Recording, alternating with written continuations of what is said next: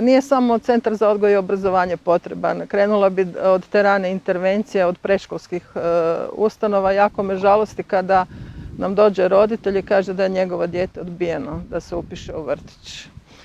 To se naravno ne događa za djecu s područja grada Siska, zato što je Sisak tu jako dobro organiziran i imaju jako dobru logističku i financijsku potporu grada Siska kad su riječ o djeci s teškoćama u razvoju. Grad Sisak je još uvijek, ja mislim, jedini u Hrvatskoj koji daje roditeljima, njegovateljima dodatnu financijsku naknadu mjesečno.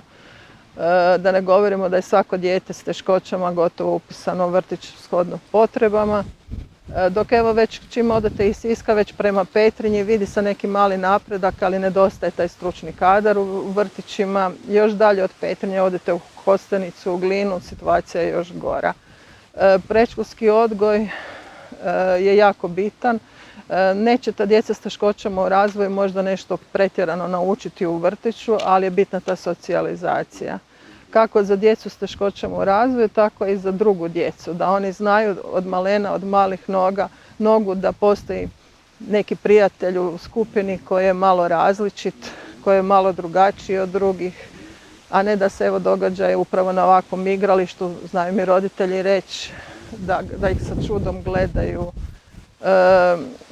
da će i zdravo dijete recimo sjesti na ovu ljuljačku iza nas, ne znajući za koga je ta ljuljačka namijenjena i tako dalje.